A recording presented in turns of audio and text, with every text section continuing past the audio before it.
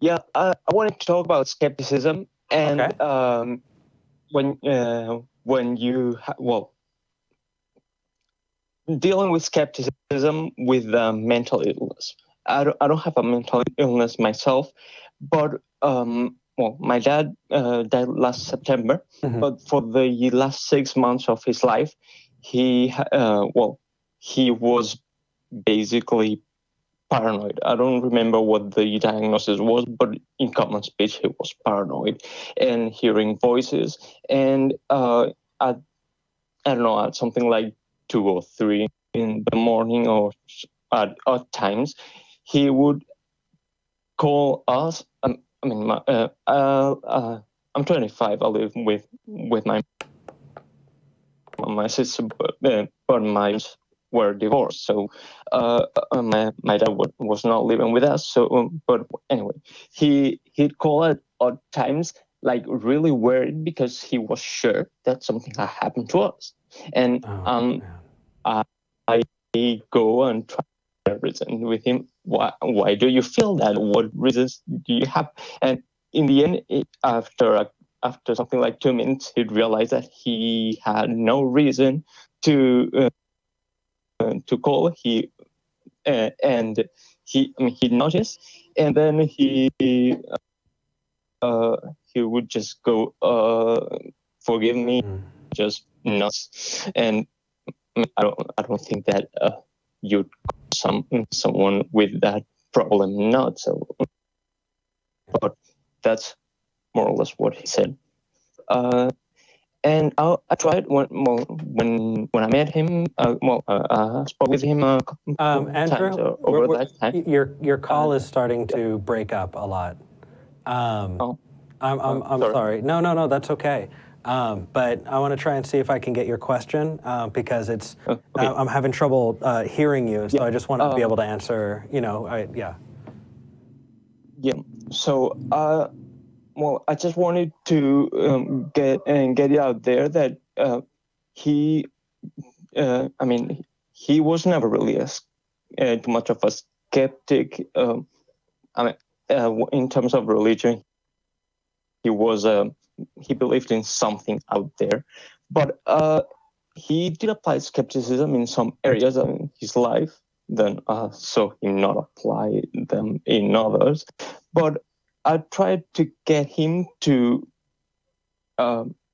understand skepticism and try to apply it, but at those times when he had those moments, he couldn't. So I was wondering, oh, you're really breaking Yeah, up. we can't hear you. You were wondering what? Or what are your opinions on that? Well, Andrew, we're going to let you go because the call quality is, but we're going to talk on it, okay? So, okay. Yeah. Oh, that was a bummer. I was really hoping to get to it, and then right at the end, it started breaking up real bad. Yeah, I think his question was how to deal with skepticism when you have kind of mental health issues that are preventing you from recognizing what is real and what isn't.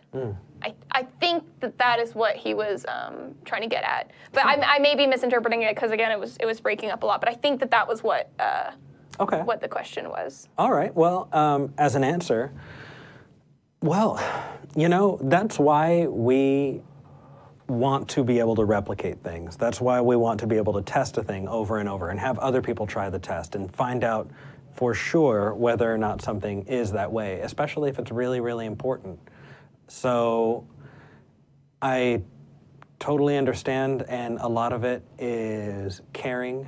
There are people who need our help, and there are other people who can manage along. I don't ever want to stigmatize mental health issues. I have clinical depression. That's something that I've always had, and it's not something that I'm ashamed of. I regularly, go to therapy and I'm medicated, and it's a lot about, it's skepticism. That's really kind of what got me through. A lot of it is knowing that I'm not alone. It's being able to try things and test things, and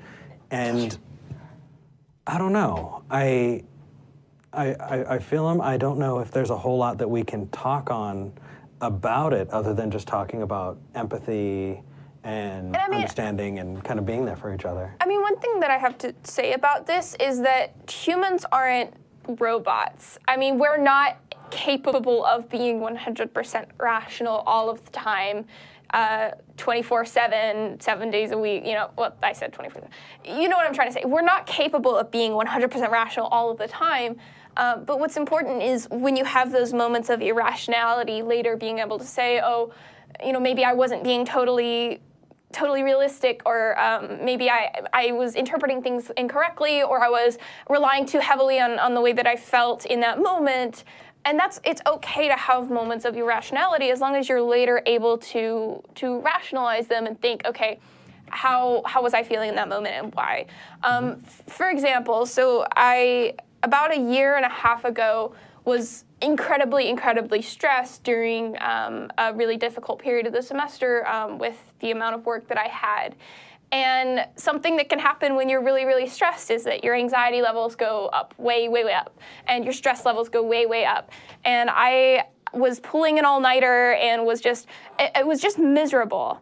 And I had this, I'm not normally somebody that gets like afraid or paranoid or worried that there's somebody breaking into my apartment, but I heard a weird noise in the middle of the night. The apartment was entirely dark, my roommate wasn't there, and I just started panicking that somebody had broken into my apartment and was gonna come hurt me.